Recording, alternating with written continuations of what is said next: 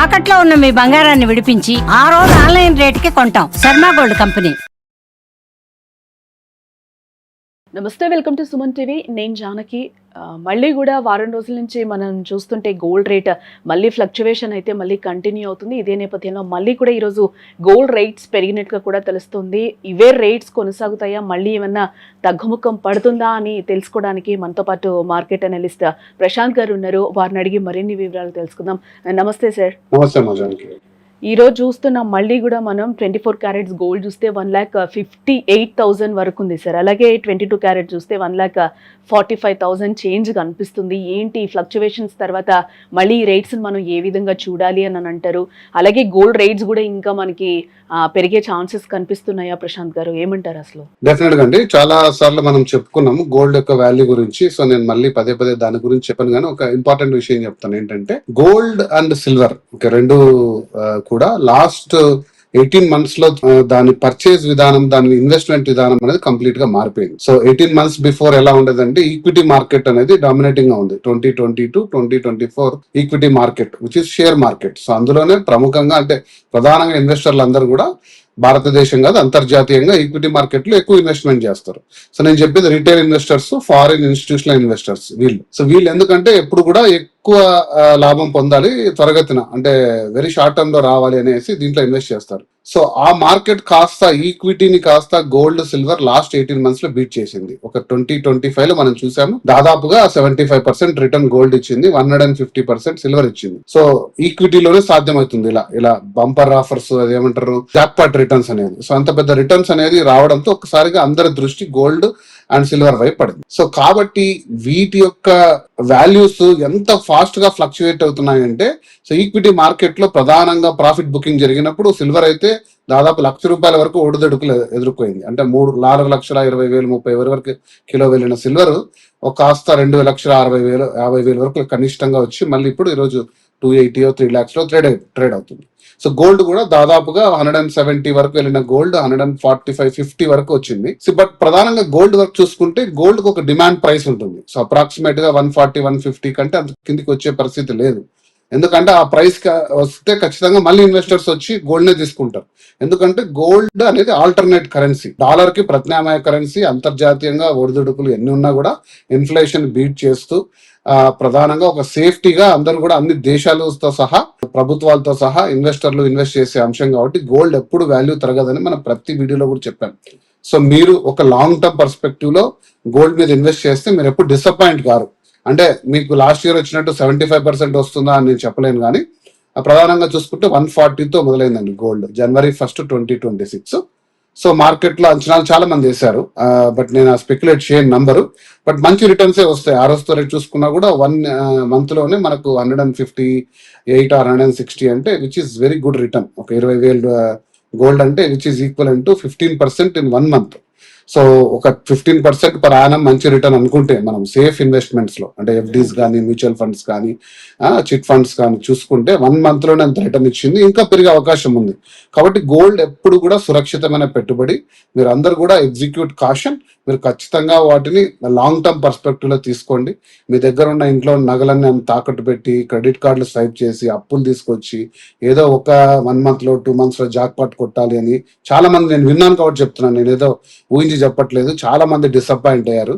So ఇప్పుడు అమ్మచ్చా, ఇంకా పెట్టుకోవచ్చా, ఇలాంటి ప్రశ్నలు చాలా మంది, నాకు తెలిసి చాలా నాలెడ్జబుల్ పీపుల్, పెద్ద పొజిషన్స్ లో ఉన్న వాళ్ళు కూడా వీటిపై ఇన్వెస్ట్మెంట్ చేశారు. అది కూడా చాలా పెద్ద రూపంలో చేశారు. సో కాబట్టి వాటి గురించి మీరు ఎగ్జిక్యూట్ కాషన్. దయచేసి లాంగ్ టర్మ్ గా పెట్టండి. దీన్ని ఇన్వెస్ట్మెంట్ అసెట్ కంటే కూడా ఇన్సూరెన్స్ అసెట్ గా, మీకు ఒక సేఫ్టీ నెట్ గా దీన్ని వాడుకోండి. మీకుండే గ్రోత్ అసెట్స్ లో పాటు దీన్ని ఒక భాగంగా చేర్చండి. ఒక ₹10 ఇన్వెస్ట్మెంట్ చేసేటైతే గోల్డ్ లో బహుశా ఒక ₹15-20 వరకు పెంచుకోండి. కానీ మొత్తం మీ దగ్గర ఉన్న ₹100 తీసుకెళ్లి గోల్డ్ మీద పెట్టి తర్వాత రోజు వీడియోలు చూడడము, రోజు దాని ప్రైస్ చూసుకుంటడం అనేది కరెక్ట్ కాదు. సో అది నేను ప్రధానంగా చాలాసార్లు చెప్పాను, మళ్ళీ ఈ వీడియో ద్వారా కూడా అదే చెప్పదలుచుకున్నాను. గోల్డ్ ప్రైస్ ఎక్కడికి పోదండి. మీరు లాంగ్ టర్మ్ పర్స్పెక్టివ్ లో 2 years 3 years చూడండి, మీకు మంచి రిటర్న్స్ ఇస్తుంది గోల్డ్. అదే కానీ ఈ షార్ట్ టర్మ్ ఫ్లక్చుయేషన్స్ లో కొద్దిగా అటు ఇటు జంప్ అవుతుండొచ్చు, కానీ గోల్డ్ అయితే అది చాలా మంది చెప్పినట్టు 60,000 పడిపోతుంది, 80,000 పడిపోయేది ఆ సీన్ గోల్డ్ కి అయితే ఉండదండి. దానికి చాలా పెద్ద జనాలు కూడా సార్ అంటే ప్రశాంత్ గారు ఇప్పుడు జనాలు కూడా అదే చూస్తున్నారు. ఏవో కొన్ని రీల్స్ చూసో లేకపోతే సోషల్ మీడియా అవేర్నెస్ కూడా ఈరోజు ఏ విధంగా ఉందో కూడా మనం చూస్తానో అది ఎవరు చెప్పారు ఏంటి అనేది నమ్మకుండా కూడా జనాలు కూడా ఒక అయోమయంలో ఉన్నారు. 70,000కి వస్తుందేమో 80,000కి వస్తుందేమో అప్పుడు కొనుక్కుందాంలే ఇప్పుడు రేట్ ఎవరు పట్టించుకుంటారని. బట్ ఈ ఫ్లక్చువేషన్స్ మనం చూస్తుంటే చాలా దారుణంగా కనిపిస్తున్నాయి మనకి. అంటే ఈ రోజు ఉన్న రేట్ రేపటికి ఉండట్లేదు. అదే మార్కెట్ క్లోజ్ అయ్యడానికి యాజ్ ఇట్ ఈస్ ఆ డేలో కూడా మనకి కనిపించని సిచ్యువేషన్ కనిపిస్తుంది. అలాంటి వాళ్ళకైతే మీరు చాలా క్లియర్ గా చెప్పాలి. ఎందుకంటే పెళ్లిళ్ళ సీజన్ కూడా ఆల్రెడీ స్టార్ట్ అయింది కాబట్టి వాళ్ళు ఏ విధంగా ఇప్పుడు పర్చేస్ చేసుకుంటే బెటర్ అని అంటారు. అంటే ఇప్పుడున్న సిచ్యువేషన్ లో రోజు కూడా మనం రేట్స్ అయితే చూస్తున్నాం సార్, ఎంతో కొంత అయితే పెరిగిపోతూనే ఉన్నాయి రేట్స్ అయితే. మళ్ళీ డౌన్ అవుతాయి అని వెయిట్ చేసే వాళ్ళకి ఏం చెప్తారు? అలాగే సిల్వర్ విషయానికి వస్తే కూడా మనం 4,25,000 వరకు ఒక రేట్ అయితే చూసాం. ఇప్పుడు అప్పుడు కొనుక్కొని పెట్టుకున్న వాళ్ళు కూడా మళ్ళీ ఒక్కసారిగా డౌన్ ఫాల్ అయ్యే వరకు కూడా ఇది అమ్మాలా ఉంచుకోవాలా మళ్ళీ కొనాలా లేకపోతే అమ్ముకోవాలా లేకపోతే ఆ రేట్ వచ్చే వరకు మనం వెయిట్ చేయాలా అని కన్ఫ్యూజన్ లో అయితే ఇప్పుడు చాలా మంది ఉన్నారు.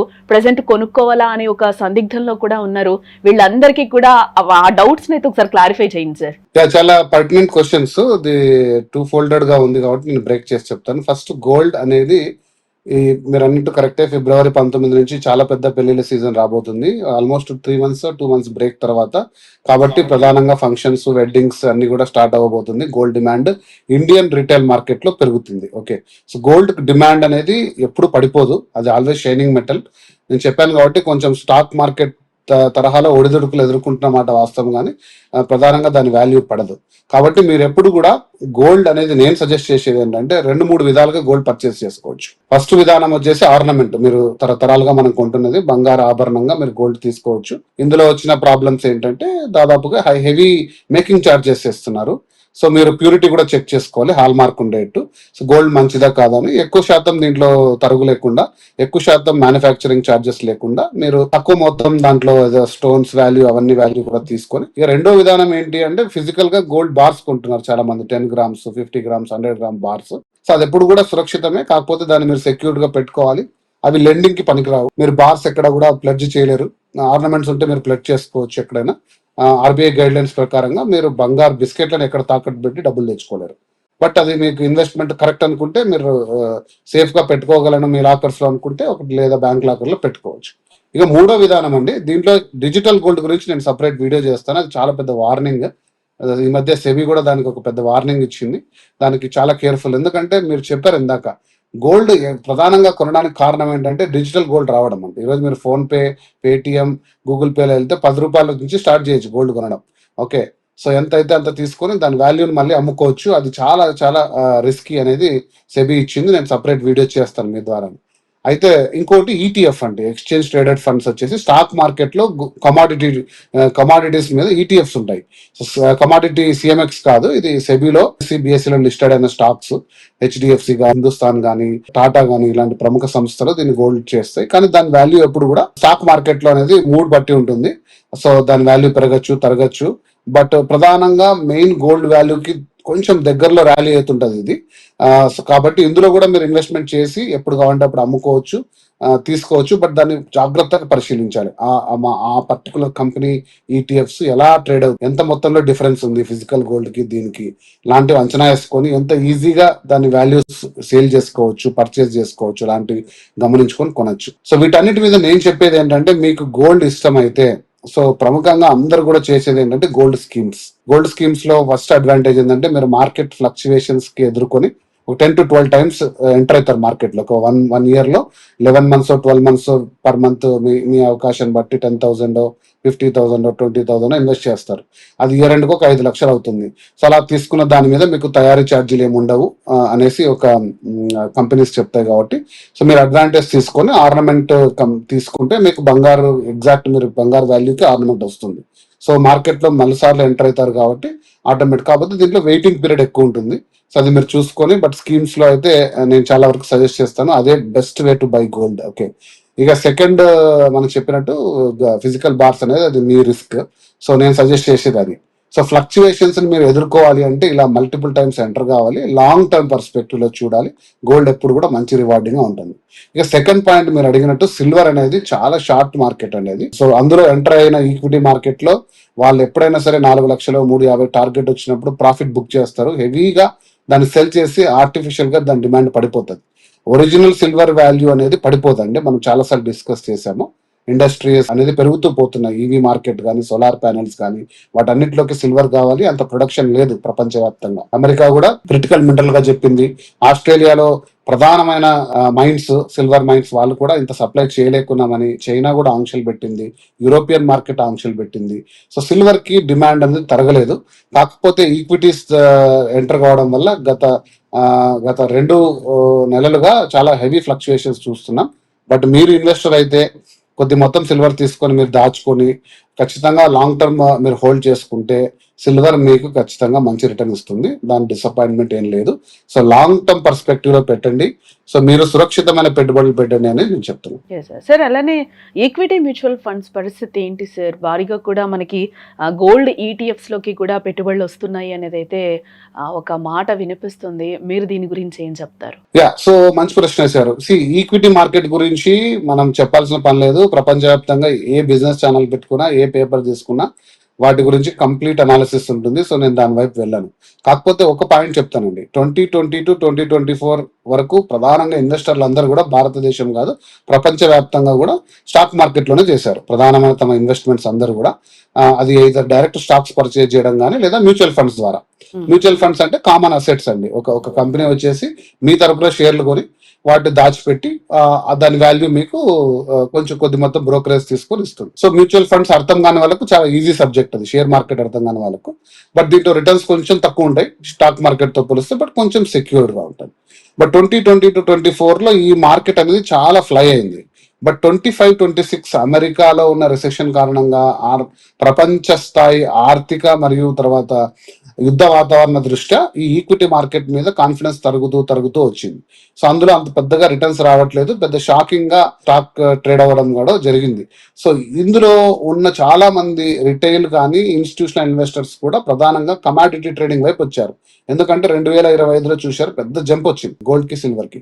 అంత పెద్ద రిటర్న్ ఇస్తున్న మార్కెట్ లో మరి ఇన్స్టిట్యూషనల్ ఇన్వెస్టర్స్ ఉండకుండా ఎందుకుంటారు? సో వాళ్ళందరూ కూడా నా అంచనా ఏంటి అంటే కొన్ని అనాలిసిస్ లో చదివి అర్థం చేసుకునే విధంగా ఒక 10 to 15% పీపుల్ కంప్లీట్ గా షిఫ్ట్ అయ్యారు స్టాక్ మార్కెట్ నుంచి కమాడిటీ వైపు. వాళ్ళకి ఆ సెంటిమెంట్స్ పోయి 25లో, ఇప్పుడు 26లో కూడా ఇన్ని ఫ్లక్చుయేషన్స్ రావడానికి కారణం ఏంటంటే చాలా మంది కూడా ఇటువైపు షిఫ్ట్ అయ్యారు. సో ఈటీఎఫ్స్ లోకి ఇన్వెస్ట్ చేయడం స్టార్ట్ చేశారు. సో ఈటీఎఫ్స్ లోకి ఇన్వెస్ట్ చేయడం స్టార్ట్ చేసినప్పుడు కొంత మొత్తం ఈ మ్యూచువల్ ఫండ్స్ లో మెయింటైన్ చేసే అసెట్స్ లో సో ఈటీఎఫ్ ని కన్సిడర్ చేయరు వాళ్ళు. దాంట్లో కొన్ని ఫార్ములాస్ ఉంటాయి.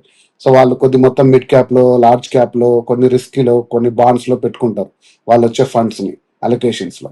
సో ఈటీఎఫ్ వైపు షిఫ్ట్ కావడం వల్ల వాటి రిటర్న్స్ కొంచెం కూడా తగ్గుతూ, వాటి మీద కొంచెం కాన్ఫిడెన్స్ తగ్గిన మాట వాస్తవం. కానీ బట్ ఎవరైతే వైజ్ ఇన్వెస్టర్ ఉంటారో వాళ్ళ అసెట్స్ ని, వాళ్ళ ఇన్వెస్ట్మెంట్స్ ని బ్యాలెన్స్ చేసుకుంటారో, అంటే స్టాక్ మార్కెట్ లో కొద్దిగా, ఈటీఎఫ్స్ కొద్దిగా, ఓకే మ్యూచువల్ ఫండ్స్, తర్వాత ఇతర సరే చిట్ మార్కెట్, ఎఫ్డీస్, బాండ్స్, స్థిరాస్తులు అంటే రియల్ ఎస్టేట్ లో, అంటే దాన్ని డైవర్సిఫై చేసుకొని ఎవరైతే ఇన్వెస్ట్ చేసుకుంటారో మార్కెట్ లో ఏ టైంలో ఎక్కడ ఎంటర్ అయ్యి ఎక్కడ తీసుకుంటారని ఫైనాన్షియల్ అనలిస్టులతో, మార్కెట్ అనలిస్టులతో కూర్చొని చర్చించి చేసుకుంటారు. వాళ్ళు ఎప్పుడు కూడా హైయెస్ట్ రిటర్న్స్ తీసుకుంటారు.